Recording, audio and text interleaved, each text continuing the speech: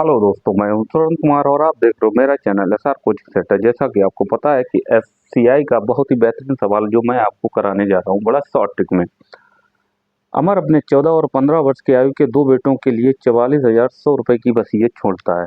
अमर जो होता है अपने छोटा बेटा और बड़ा, ठीक है ना।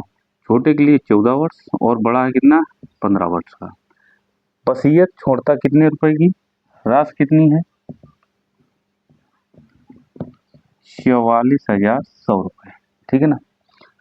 उन्हें 17 वर्ष की आयु में जो टोटल उम्र कितनी हो जाती है, 17 वर्ष।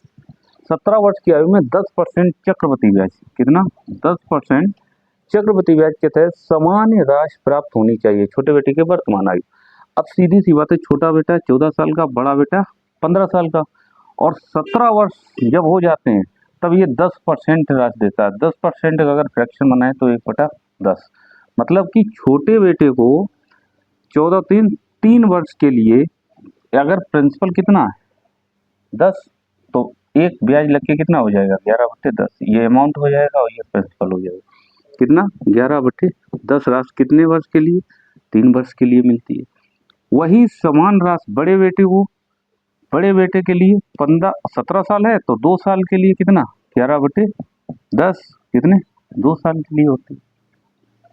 जब राशि दोनों को समान मिलती है तो सीधी सी पता है कि भाग में घातें घट जाती हैं। तो यहाँ पे जब बेस बराबर होता है तो ऑल ओवर कितना, 11/10, 3 से 2 गया कितना, 1 की पावर 1 ही होती है।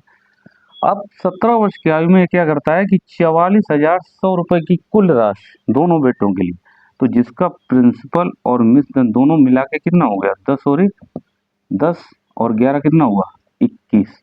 तो 21 बराबर कितना है, 44,100 रुपये। तो एक बराबर कितना होगा, 21 का वर्ग होता है। तो छोटे बेटे को मिली 10 रुपये, बड़े बेटे को 11।